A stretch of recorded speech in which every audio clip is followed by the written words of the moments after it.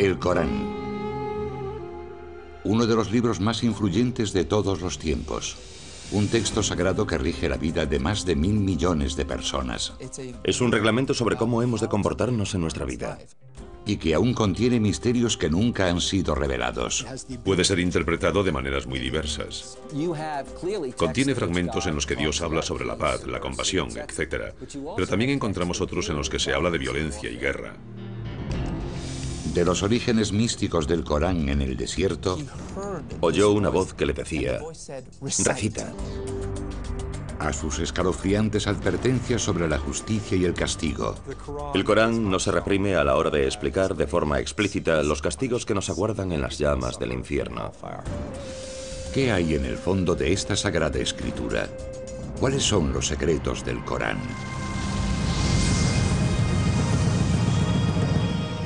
Descifrando la historia, los secretos del Corán, capítulo 1.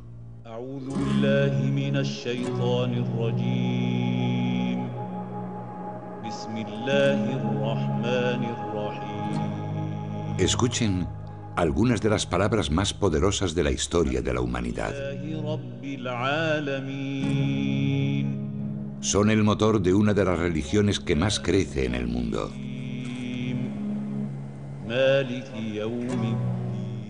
Miles de millones de voces las han repetido durante los últimos 1400 años. Son las palabras del libro sagrado del Islam, el Corán. Los musulmanes creen que el Corán fue revelado directamente por Dios al profeta del Islam. No se trata simplemente de que Dios inspirase al profeta o lo empujase a contar un acontecimiento importante. Es en realidad el mensaje que el propio Dios transmite al mundo. En árabe, Corán significa la recitación. La escritura está hecha para ser leída en voz alta. De esta manera, los musulmanes creen comunicarse directamente con Dios. Al conservar la palabra de Dios, el Corán se convierte en una parte de este. Y por tanto, el propio texto, las palabras, las páginas y el mismo libro son de por sí algo sagrado. Al hojear el texto sagrado, pueden apreciarse en un primer momento ciertas similitudes entre el Corán y las escrituras judías y cristianas. Todas hablan de un Dios único y omnipotente, y narran, en algunos casos, las mismas historias. Pero muchos consideran que el Corán es un libro envuelto en un halo de misterio. Sus versos, considerados durante mucho tiempo entre los más bellos jamás escritos en lengua árabe, forman un laberinto de lenguaje, siendo más propios de la poesía que de la prosa. Su distribución también dificulta su comprensión. Al contrario que la Biblia, el Corán no sigue un orden cronológico ni narrativo. Por el contrario, sus 114 capítulos, o suras, se organizan en función de su extensión, los más largos al principio y los más cortos al final. Encontramos un estilo que actualmente calificaríamos de flujo de conciencia. Hay cierto misterio, así que el lector curioso que se acerca al texto se queda algo extrañado. No cuenta la historia de Mahoma, ni siquiera cuenta la historia del mundo. Existen algunas referencias a la aparición del mundo, a la creación divina, pero no se encuentran al comienzo del Corán, sino a la mitad, en alguna parte. Los musulmanes no ven el Corán como una historia, sino como el mensaje de Dios a su creación, con el que trata de devolver a los creyentes al buen camino. Es un reglamento sobre cómo hemos de comportarnos en nuestra vida, sobre la definición de nuestra moral, sobre cómo afrontar la vida y las dificultades y conflictos que surgen en ella. Descifrar el significado del Corán no es una tarea sencilla. El Islam no cuenta con una institución religiosa como el Vaticano que oriente a los creyentes a la hora de interpretar un texto tan complejo. Cada persona hace su propia interpretación de las escrituras. Como musulmán, uno ha de creer lo que dice el Corán. Pero claro, la interpretación de lo que dice el Corán varía en función de cada persona. Pero entonces, ¿qué dice realmente el Corán? ¿Y qué significa? Las palabras que rigen en la actualidad la vida de los musulmanes fueron reveladas en un momento concreto de la historia, a unas determinadas personas y en un determinado lugar. La historia tradicional musulmana del Corán comienza hace 1400 años, en una árida zona de la península arábiga. Un remoto lugar habitado por beduinos nómadas del desierto y que contaba con algunos poblados tribales. Los musulmanes conocen aquella época como Jahiliya, la edad de la ignorancia. Podría decirse que Arabia tenía una civilización atrasada si la comparamos con los grandes imperios de la época, con Bizancio a un lado y el imperio sasánida, el segundo imperio persa, al otro. En mitad del desierto, rodeada de montañas, se encontraba la ciudad de la Meca, centro social, económico y religioso de Arabia. En la Meca coexistían muchos planteamientos religiosos diferentes.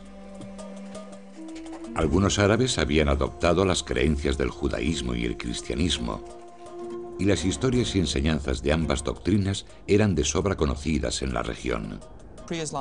La Meca preislámica era una ciudad llena de judíos y cristianos. Allí se combinaban distintas ideas del cristianismo y del judaísmo. Sin embargo, el panorama religioso de Arabia en el siglo VI está dominado por personas que creen en una multitud de dioses. Cada año los peregrinos invaden la Meca para rendir culto en la Kaaba, un sepulcro convertido en el panteón de un sinfín de deidades e ídolos. Creían en la existencia de Dios, pero Dios, de alguna forma, era una figura demasiado distante como para relacionarla con la rutina diaria de los hombres. Así pues, estos ídolos funcionaban como intermediarios entre Dios y los hombres. A mediados del siglo VI, la Kaaba albergaba 360 ídolos. La peregrinación anual al sepulcro reportaba enormes beneficios económicos a la tribu que controlaba el lugar sagrado, los Quraysh. Llegaba un montón de gente que debía hacer algún tipo de ofrenda y pagar un tributo, así que era un negocio muy lucrativo. Los Quraysh estaban amasando una enorme fortuna. Mientras sus líderes se enriquecían, la mayoría de los habitantes de la Meca vivían en la más absoluta miseria. Había un problema enorme en lo que respecta a la distribución desigual de la riqueza. Había problemas con los derechos de los huérfanos, las mujeres y los necesitados. La esclavitud era una práctica habitual en la Meca. Las niñas se consideraban algo inútil y a menudo eran enterradas al nacer. Esa es la ciudad de la Meca en la que en el año 570 nace un niño llamado Muhammad ibn Abdullah. Un niño pobre que se convertiría en el profeta de una de las religiones más importantes del mundo. Para los musulmanes, mostrar cualquier tipo de imagen de Mahoma es una blasfemia. Se sabe muy poco de la infancia de Mahoma, y los relatos existentes fueron escritos más de 100 años después de su muerte. Dichas historias afirman que cuando Mahoma cumplió los 6 años, sus padres ya habían muerto. Siendo huérfano en una sociedad como aquella, enormemente estratificada, tenía que ser pobre. Debía de pertenecer al grupo que no formaba parte de la aristocracia hacendada que controlaba prácticamente todos los aspectos de la organización política, social y económica de la ciudad. Sin embargo, Mahoma encontró el apoyo de un tío suyo muy poderoso, y a los 25 años ya era un comerciante de éxito que lideraba una caravana y se había hecho un nombre como hábil hombre de negocios. Mahoma también tenía fama de hombre íntegro y llamó la atención de una acaudalada viuda mayor que él llamada Khadija, que lo contrató para que dirigiese una caravana suya. Poco después, ella le hizo una propuesta de matrimonio. Según las biografías musulmanas tradicionales, Mahoma tuvo éxito en sus negocios y un matrimonio feliz. Sin embargo, seguía tratando de encontrar un sentido a un mundo asolado por la pobreza y la injusticia. Pienso en el profeta como un hombre con inquietudes religiosas que estaba sensibilizado con una idea de Dios y en cuya vida la espiritualidad ocupaba un lugar cada vez más importante. Mahoma comenzó a cuestionarse las religiones tribales que adoraban a distintos dioses. Muchos creen que formó parte de un pequeño grupo de personas de Arabia que no estaban de acuerdo con el paganismo imperante, con los rituales, con el politeísmo que dominaba Arabia. Cada cierto tiempo se apartaba de la sociedad para reflexionar sobre las realidades de la existencia humana. En uno de esos retiros, en una cueva fuera de la Meca, Mahoma tuvo una visión que cambiaría el curso de la historia. En aquella cueva, según la tradición musulmana, se le reveló la palabra de Dios, desencadenando una serie de eventos que ayudaron a crear el mundo que hoy conocemos.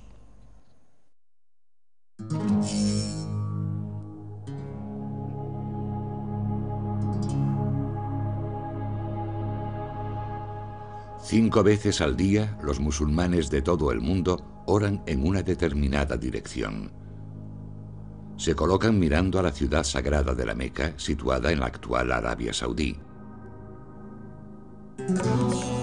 Pero a comienzos del siglo VII, la Meca, el lugar más sagrado del Islam, era un lugar de culto pagano y una ciudad llena de injusticias. Así fue hasta la aparición de uno de los textos más sagrados del mundo, el Corán. Según la tradición, un comerciante de 40 años llamado Muhammad ibn Abdullah solía retirarse a una cueva alejada de la Meca para reflexionar en solitario sobre un mundo que consideraba cada vez más opresivo. Se cree que en el año 610, durante uno de sus retiros de meditación en la cueva, una presencia abrumadora se apoderó repentinamente de Mahoma. Sintió una presión repentina en el pecho. La oscuridad lo rodeaba y sintió que una mano gigante le asía y lo apretaba, apenas dejándole respirar. Y en su mente oyó una voz que le decía: recita, recita. Se quedaría estupefacto, aturdido. Seguramente se preguntaría si realmente había oído algo. Y entonces lo oyó de nuevo y dijo: no tengo nada que recitar. Y aquella voz, que según la tradición pertenecía al arcángel Gabriel, reveló el primer verso del Corán. Sura 96, primera aleya. Recita en el nombre de tu Señor, que ha creado al hombre de sangre coagulada. Recita, tu Señor es el munífico, que ha enseñado el uso del cálamo, ha enseñado al hombre lo que no sabía. Es un momento importantísimo, porque es el instante en el que Mahoma deja de ser un simple comerciante de la Meca, preocupado por los males de la sociedad, para convertirse de pronto en lo que en la tradición bíblica se conoce como profeta. Y como le sucede a muchos profetas, no quiere ni oír hablar de ello. Presa del pánico y preocupado por su salud, Mahoma va a buscar a su esposa Khadija. Lo que quiere realmente es suicidarse. Pero finalmente Khadija lo evita y le explica que ha recibido la llamada de Dios, que éste le ha asignado una tarea profética y que no tiene otra alternativa que dar a conocer el mensaje. La revelación de la cueva marca el comienzo de un periodo de 22 años durante los que Mahoma recibe los mensajes divinos que formarán el Corán. De acuerdo a la tradición, en ocasiones las palabras resonaban en sus oídos como una campana. En otros momentos surgían en tortuosos ataques similares a los de la epilepsia. Sufría convulsiones, empezaba a sudar y su mirada se perdía en el horizonte. Los que lo veían casi creían que estaba muerto. Y cuando estos momentos proféticos terminaban, de repente vomitaba las revelaciones. Dichas revelaciones parecían hacerse eco en todo momento de las necesidades del pueblo árabe. Los primeros versos eran escuetos y sencillos, y cuestionaban las prácticas paganas de los habitantes de la Meca, haciendo una llamada a la adoración de un único Dios. Sura 73, octava aleya. Y menciona el nombre de tu Señor y conságrate totalmente a Él. El Señor del Oriente y del Occidente, no hay más Dios que Él. Tómale, pues, como protector. Durante los primeros años de revelaciones, Mahoma memoriza los versos y los comparte solamente con su mujer y sus allegados. Poco a poco empieza a creer que tiene una misión profética y que es su deber transmitir a los demás la palabra sagrada que guarda en su mente. Finalmente, en el año 612, el reticente profeta va al centro de la Meca y comienza a predicar. Era un aviso a los ciudadanos de la Meca, que a ojos del profeta habían perdido la conciencia, si es que la habían tenido alguna vez, de la existencia de un Dios supremo, de un único Dios que los había creado y les mostraba el camino. El Dios del que habla Mahoma es glorioso y compasivo, pero también colérico. El profeta dice a los habitantes de la Meca que sus actos en la tierra tendrán consecuencias cuando llegue el día del juicio. Tenemos a un hombre del que se sabe que ha estado haciendo vigilias, que llega, digamos, al mercado y dice: el mundo se acabará. El Dios que lo creó le pondrá fin y os incumbe a todos. Se trata de un mensaje muy contundente. Es un mensaje contundente, pero no novedoso. Mahoma dejó muy claro que el Corán era la misma revelación que la hecha a judíos y cristianos siglos atrás. Un mensaje de Dios a la humanidad. No obstante, la revelación se dirigía esta vez al pueblo árabe, por vez primera, y en su propia lengua. El profeta nunca dijo que estuviese creando una nueva religión. Simplemente dijo que era un mensajero que portaba el mismo mensaje que había sido transmitido anteriormente por un gran número de figuras de su historia común. El Corán repite una y otra vez: no olvidéis lo que le sucedió a Abraham cuando... Y entonces cuenta una historia sobre Abraham. No olvidéis lo que le sucedió a José, y cuenta una historia sobre José. Lo más curioso es que dichas historias aparecen en una especie de adaptación, de versión resumida de esos grandes relatos. La gente a la que se revelaba el Corán ya conocía esas historias, puesto que vivía en una ciudad empapada de dichas tradiciones. Según los musulmanes, uno de los aspectos más notables del Corán es que Mahoma memorizó las revelaciones a medida que se le comunicaban, para después recitárselas literalmente a sus discípulos. A pesar de que existía en aquella época una forma escrita de la lengua árabe, no eran muchos los que sabían leer o escribir. Mahoma no era una excepción. En el Islam, se cree que Mahoma era analfabeto. Esto pone de manifiesto, por supuesto, que él no pudo escribir las revelaciones. Y por otra parte, surge la pregunta de cómo se conservaron. El pequeño grupo de discípulos de Mahoma memoriza rápidamente cada nueva revelación, añadiéndola verso a verso a los fragmentos del Corán que ya conocen. Dado el tipo de cultura en la que viven, tales hazañas memorísticas no resultan sorprendentes. Estamos hablando de culturas basadas en la oralidad. En cierta manera, la cultura oral en la que vivía Mahoma permitía que la gente escuchase algo una o dos veces y que fuese capaz de memorizarlo y recitarlo posteriormente palabra por palabra.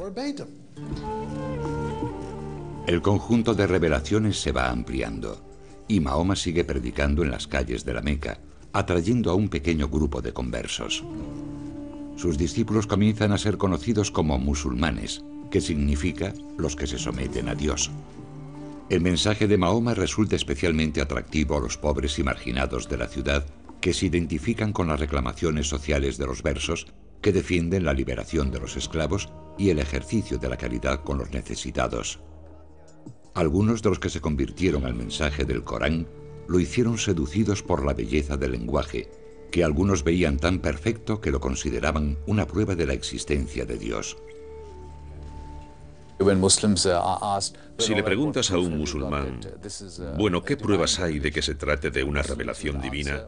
Te contestará, y llevan haciéndolo más de 1000 años, que la prueba es el propio Corán, que ese es el mayor milagro, que un analfabeto en medio de ninguna parte cree de pronto un documento tan magnífico y poderoso. Pero no todos están contentos con lo que predica Mahoma.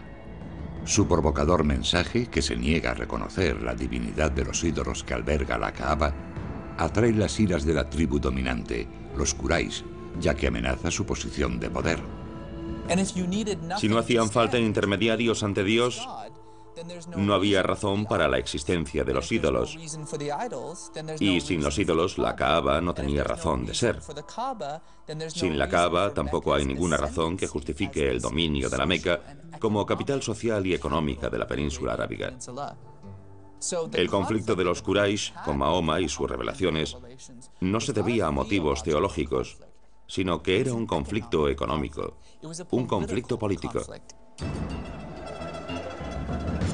Los Quraysh y el grupo mayoritario de la Meca no se muestran demasiado condescendientes con el pequeño grupo de seguidores del mensaje de Mahoma.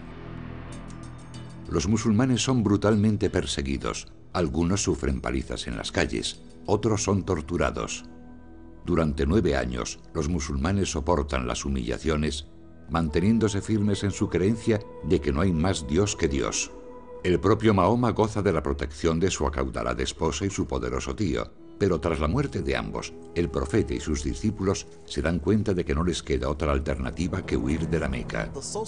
La estructura social había sido destrozada hasta tal punto que se veía incapaz de proseguir su misión en la Meca.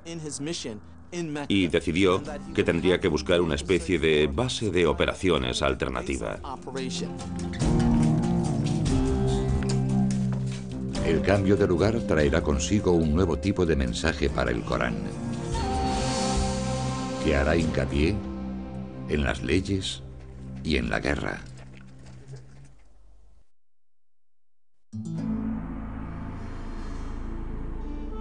Durante 12 años, desde el 610, los musulmanes han creído en las revelaciones de Dios al profeta Mahoma y las han predicado en la ciudad de la Meca. Pero la vida del cada vez mayor grupo de discípulos de Mahoma se hace peligrosa. Los líderes de la ciudad rechazan la creencia de los musulmanes en la existencia de un único Dios, persiguen con saña a los creyentes y ponen precio a la cabeza del profeta. La suerte de Mahoma cambia en el año 622, cuando recibe la invitación de unos forasteros. Desde un oasis cercano, llegó a la Meca un grupo de personas en busca de alguien que pudiese resolver una disputa que tenían. Pensaron que Mahoma, como profeta, era la persona ideal para el puesto. Y finalmente acordaron que no solo acogerían a Mahoma y a su familia, sino a todo un grupo de musulmanes. Paulatinamente, de forma clandestina, la reducida comunidad musulmana recorre los 400 kilómetros en dirección norte que la separan de Yatrib, ciudad que pasaría a conocerse como Medina, la ciudad del profeta. En su nuevo hogar, Mahoma asume también un nuevo cargo. Al principio era simplemente un profeta del que Dios se servía para transmitir su mensaje. En Medina, sin embargo, se convierte en un líder. Es el líder de la comunidad musulmana, pero también asume cierta autoridad sobre todo el oasis de Medina. En Medina, el profeta sigue transmitiendo revelaciones a sus discípulos, pero la naturaleza de los mensajes varía notablemente. Según los musulmanes, los versos reflejan a partir de entonces la condición de líder de Mahoma, que añade un nuevo elemento a su mensaje, una guía práctica sobre la creación y el gobierno de una sociedad. Se habla básicamente de la necesidad de regular la sociedad. Por lo tanto, las leyes son lo más interesante del período en Medina. Podría decirse que prácticamente toda la legislación incluida en el Corán proviene de esa etapa. Las revelaciones que la tradición relaciona con Medina sentaron las bases de la ley islámica. incluían normas para casi todos los aspectos de la vida, desde la prohibición del alcohol hasta el permiso para que las madres den de mamar a sus hijos durante 2 años. Los versos ofrecen indicaciones sobre las herencias, otorgan nuevos derechos a los más desfavorecidos como huérfanos y esclavos, y establecen nuevas reglas que mejoran la situación social de la mujer. Sin embargo, la interpretación de dichas leyes no es siempre sencilla. De hecho, algunas de ellas siguen siendo motivo de debate actualmente. Un buen ejemplo: ¿permite el Corán la poligamia? Sura 4, tercera aleya. Casaos con las mujeres que os gusten, 2, 3 o 4. Pero si teméis no obrar con justicia, entonces con una sola. A primera vista, la aleya parece bastante clara, pero los estudiosos apuntan que estas palabras pueden interpretarse de diversas maneras. Unos interpretan que se pueden tener hasta 4 esposas, otros que solo se puede tener una, porque es imposible tratar a varias personas de forma equitativa. Algunos defienden que alude a situaciones muy concretas en las que haya muchas chicas huérfanas disponibles, y que en este fragmento se sugiere que hay que hacerse cargo de ellas. Por lo tanto, no es fácil extraer las implicaciones exactas del texto en nuestro tiempo o en cualquier otra época. Inspirada por el mensaje del Corán y el liderazgo de Mahoma, toda la ciudad de Medina se convierte al Islam. Las leyes expuestas en los versos del Corán se convierten en las leyes de la ciudad. Era una comunidad que vivía de acuerdo a las revelaciones que iban saliendo de la boca de Mahoma. Se trataba de una revelación viva, en constante evolución. Pronto esa revelación permitirá a los musulmanes tomar las armas para sobrevivir. Los ciudadanos de la Meca seguían ofreciendo una recompensa por la cabeza de Mahoma, que predicaba contra sus prácticas religiosas y amenazaba su bienestar económico. Y no aceptaban a Mahoma como gobernador de Medina. En el año 622, la Meca declara la guerra a Mahoma y sus discípulos. El Corán, que había facilitado leyes cuando la comunidad necesitaba orden, les anima entonces a defenderse de sus agresores. Sura 2, 191ª aleya. Combatid por Alá contra quienes combatan contra vosotros, pero no os excedáis. Alá no ama a los que se exceden. Matadles donde deis con ellos, y expulsadles de donde os hayan expulsado. Hoy, esos versos, conocidos como los versos de la espada, constituyen algunos de los pasajes más sorprendentes y polémicos del Corán. Aquellos que defienden que el Corán promueve la violencia recurren a dichos versos para justificar su postura. Sin embargo, las frases suelen ser algo más complejo que un simple grito de guerra. El Corán dice: matad a los infieles donde deis con ellos. Esto hay que entenderlo en un contexto en el que los musulmanes están asediados, tienen enemigos, y el Corán les dice: combatid a los enemigos de Dios. Pero el Corán también dice: cuando el enemigo deje de suponer una amenaza, cuando deje de luchar, recordad que Dios es compasivo, recordad que la guerra no es el camino que debemos seguir. Con el respaldo de las revelaciones, los musulmanes luchan contra los ciudadanos de la Meca durante 8 años por toda la península arábiga.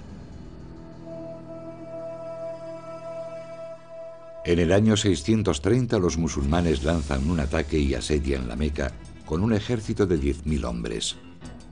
La ciudad no tiene más remedio que rendirse. La tradición afirma que Mahoma, fiel a las enseñanzas del Corán, fue un vencedor compasivo y concedió la amnistía a toda la ciudad. Tras la derrota, muchos habitantes de la Meca se convierten al Islam y aceptan las enseñanzas del Corán. Sin embargo, Mahoma aún no ha completado su misión. Desde el día en que el Corán le fue revelado por primera vez en 610 hasta su ida a Medina 12 años después, Mahoma ha condenado públicamente las prácticas paganas y la veneración de los ídolos de la Kaaba. No hay más Dios que Dios, repetía constantemente, citando el principio fundamental del Corán. Así pues, Mahoma entra en la Kaaba y destruye todas sus deidades, declarando el lugar un santuario dedicado a la veneración del único Dios. Mahoma había logrado alcanzar su objetivo, y lo había hecho haciendo lo que Dios le había pedido. En 632, tan solo 2 años después de volver al lugar donde había nacido, Mahoma fallece a los 62 años. Su último suspiro pone fin al Corán. Sin embargo, sigue sin existir físicamente. Solo se conserva en la memoria de la comunidad. El mensajero ha muerto. Ahora sus seguidores deben luchar para que el mensaje siga vivo.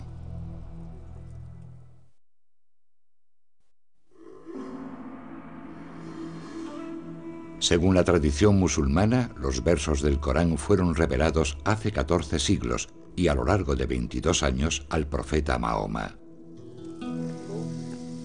Sus seguidores creían que era literalmente la palabra de Dios. El profeta predicó sobre todos los aspectos de la vida, desde la religión al derecho y la moral, y la recién creada comunidad musulmana trató de vivir de acuerdo a sus palabras. Pero tras su muerte en el año 632, los musulmanes tenían ante sí un difícil reto: preservar el Corán, que seguía siendo un texto oral. Durante la vida del profeta, el Corán nunca se plasmó sobre el papel. Ni siquiera era considerado un texto establecido. No debemos olvidar que el Corán se iba revelando progresivamente y siempre en función de las necesidades de la comunidad musulmana en cada momento. Y el Corán se completó simplemente cuando el profeta exhaló su último aliento. No obstante, aquellos que viven de acuerdo a las enseñanzas del Corán deciden que es necesario plasmar sus palabras sobre el papel y crear un texto tangible. Se dieron cuenta de que la primera generación que había memorizado el Corán estaba desapareciendo y, por lo tanto, estaban perdiendo la conexión directa con la revelación del profeta. Es más, el Islam comienza a extenderse fuera de la península arábiga y empiezan a aparecer pequeñas variaciones en la forma de recitar el Corán. Poco a poco se está alterando la palabra de Dios. Según la tradición, en 651, Uthman, el tercer califa o líder político musulmán, designa un comité con la misión de compilar el Corán. El comité debía recopilar y autentificar las distintas estrofas. Algunas se habían escrito durante la vida del profeta, pero estaban dispersas por toda la comunidad. Dicen que las fuentes de esta compilación provenían de textos escritos sobre trozos de huesos o de fragmentos de pergamino, pero también del corazón de los hombres, de su recuerdo de la recitación del Corán. Las estrofas debían cumplir unos criterios muy estrictos. 2 testigos presenciales debían confirmar que los versos habían sido registrados en presencia del profeta, y las estrofas se contrastaban con los recuerdos de los compañeros que habían memorizado por completo el Corán.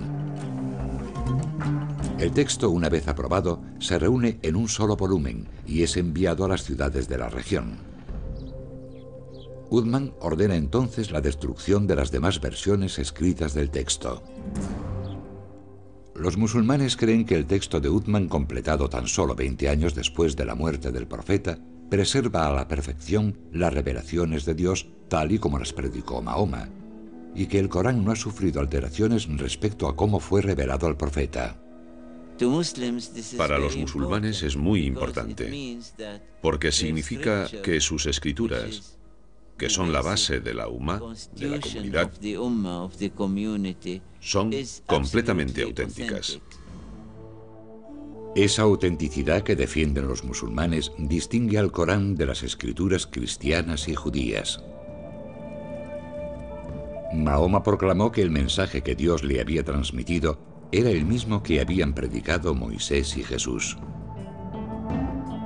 Pero, de acuerdo a la tradición musulmana, las revelaciones en las que se basan el judaísmo y el cristianismo fueron corrompidas, en parte, al ser escritas en el Viejo y el Nuevo Testamento. Los musulmanes creen que la revelación original a Moisés y a Jesús se fue distorsionando con el tiempo, por lo que hay en el Viejo y Nuevo Testamento serían tanto revelaciones como versiones alteradas de las mismas, y modificarían lo sucedido realmente debido a las circunstancias históricas, religiosas y políticas de la época. Sura 3, 78ª aleya. Algunos de ellos trabucan con sus lenguas la Escritura, para que creáis que está en la Escritura lo que no está en la Escritura, diciendo que viene de Alá, siendo así que no viene de Alá. Mienten contra Alá a sabiendas. El Corán afirma categóricamente, por un lado, que corrobora las escrituras anteriores, y por otra parte, dice que corrige ciertos aspectos o ideas que aparecen en las escrituras hebreas y cristianas. Los musulmanes creen que el Corán corrige los errores que contienen dichas escrituras, entre los que se encuentran algunas de las enseñanzas fundamentales de esas doctrinas, por ejemplo, la interpretación cristiana de la figura de Cristo. El Corán afirma que Jesús fue un profeta, que nació de una virgen y que realizó milagros como sanar a ciegos y leprosos. No obstante, el Corán niega que Jesús fuese el Hijo de Dios. En el contexto islámico, la idea de que Jesús sea el Hijo de Dios se interpreta como que es un ser divino. Esto supone, desde el punto de vista musulmán, que los cristianos tienen distintos dioses, mientras que los musulmanes sostienen que solo puede haber un Dios. El Corán discute también la historia bíblica de la crucifixión de Jesús, afirmando que Jesús no murió en la cruz, sino que Dios lo elevó a los cielos y que sus verdugos crucificaron por error a otro hombre que se parecía a Jesús. Sura 4, 157ª aleya. No le mataron ni le crucificaron, sino que les pareció así. Ciertamente no le mataron, sino que Alá lo elevó así. La idea cristiana de que Jesús murió por los pecados de la humanidad choca con el mensaje del Corán, que dice que cada alma es responsable de sus propios actos. La muerte y resurrección como acto redentor no encaja en el Islam. No entienden la idea de que alguien redima los pecados ajenos. Los musulmanes creen que debido a las tergiversaciones existentes en la Biblia, Dios se vio obligado a transmitir su palabra una última vez. En el Islam se considera que el Corán, tal y como fue dictado a Mahoma y conservado por Uthman, es la única revelación divina verdadera. Ven el Corán como la última revelación, la única completa y no corrompida, y creen que Mahoma fue el último profeta de Dios. Durante los últimos 400 años los musulmanes se han esforzado por seguir las indicaciones de dicha revelación. Pero esta es una tarea ardua y polémica, una tarea que constituye la única esperanza de alcanzar la salvación cuando llegue el apocalipsis que presagian las páginas del Corán.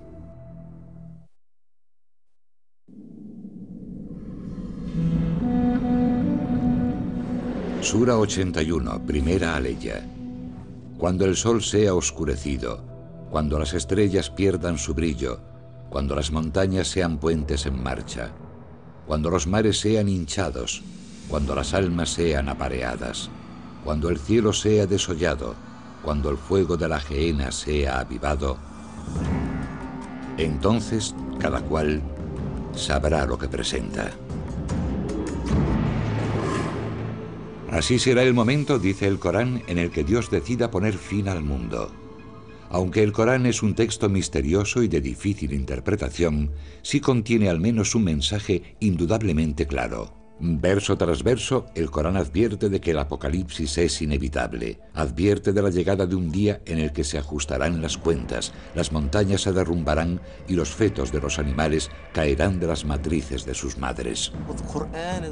El Corán es muy rotundo y explícito cuando habla del fin del mundo, de que se producirá un cataclismo, una erupción del orden natural. Al igual que ocurre en el apocalipsis bíblico, el Corán proclama una y otra vez que la humanidad deberá responder por sus actos en la tierra. El Corán no se reprime a la hora de explicar de forma explícita los castigos que nos aguardan en las llamas del infierno. Las descripciones del cielo y el infierno son algunos de los pasajes más imponentes del Corán. Como ocurre en muchas estrofas del texto, las descripciones de la otra vida reflejan el lugar donde el Corán fue revelado. La imaginería del cielo y el infierno parece dirigida específicamente a un público formado por moradores del desierto. El cielo se describe como un jardín exuberante y repleto de agua. Las descripciones del infierno, del mismo modo, hacen hincapié en el calor, el fuego, cosas como calderas de cobre fundido vertidas en las gargantas de personas sedientas en lugar de agua. Así pues, se toman el dolor y el sufrimiento naturales de esa zona y se llevan a un nivel superior para describir los padecimientos del infierno. Para los musulmanes, el único modo de conseguir la salvación en el día del juicio final consiste en seguir el Corán. Pero la interpretación exacta de lo que quiere decir el libro sagrado ha levantado polémicas durante siglos, en parte debido a que el Islam no cuenta con una única autoridad religiosa. El Islam no tiene una estructura jerárquica, no existe una institución como la Iglesia. Por lo tanto, los fieles pueden formarse su propia opinión libremente. Dificultar las cosas puede parecer una paradoja. Si Dios desea revelar su mensaje, ¿por qué a veces las escrituras son tan crípticas? Sura 3, séptima aleya. Él es quien te ha revelado la escritura. Algunas de sus aleyas son unívocas y otras son equívocas. Pero nadie, sino Alá, conoce la interpretación de ello. La mayoría de los musulmanes cree que el único intérprete verdadero del Corán fue el propio Mahoma. Como mensajero elegido de Dios, se dice que comprendía todas las revelaciones, tanto los versos concisos y directos como aquellos que no resultan tan claros. Así pues, a lo largo de la historia del Islam, los musulmanes han examinado los relatos de la vida de Mahoma, sus palabras y obras, para tratar de explicar el Corán. La comunidad musulmana sostiene que las palabras y actos de Mahoma eran la perfecta manifestación de la voluntad de Dios y que de hecho su propia vida es una revelación, al igual que el Corán. Sin embargo, el estudio de la vida de Mahoma no ha conseguido explicar por completo la palabra eterna de Dios. Distintas sectas y escuelas musulmanas se han enfrentado a lo largo de los siglos tratando de imponer sus diversas interpretaciones. Algunos han utilizado el texto para justificar la muerte de otros musulmanes, de los que consideraban que se habían apartado de la fe. Otros sostienen que el Corán fomenta una actitud combativa ante los fieles de otras religiones. Podría decirse que el Corán es un documento bastante flexible. Uno puede hallar argumentos a favor y en contra de una determinada idea. La verdad es que la gente también lo hace al citar a Lincoln, a Washington, a Jefferson. Uno encuentra lo que anda buscando, y el caso del Corán no es distinto. Hace 1400 años el Corán fue revelado a una pequeña comunidad del desierto. Hoy es la piedra angular de la vida de 1.300 millones de fieles a lo ancho del mundo. Desde la primera revelación en una cueva a las afueras de la Meca y a lo largo de toda la historia del Islam, los musulmanes han tratado de aplicar las enseñanzas del Corán. Cada persona realiza su propia interpretación de la voluntad de Dios a través del mensaje contenido en las Escrituras. El Corán debe entenderse en el contexto del que habló un gran estudioso del Islam, un océano. El océano es una enorme criatura llena de misterios. Los musulmanes han encontrado en ese océano, durante siglos, inspiración sobre el amor y el temor, el conocimiento y las leyes, la ira y la violencia, el misticismo y el ritual. Su fe en el Corán ha cambiado la historia. Como sucede con todas las religiones, los textos sagrados pueden desatar pasiones, sacando lo peor de aquellos que afirman vivir de acuerdo a su mensaje, o, por el contrario, acercar lo divino a los hombres.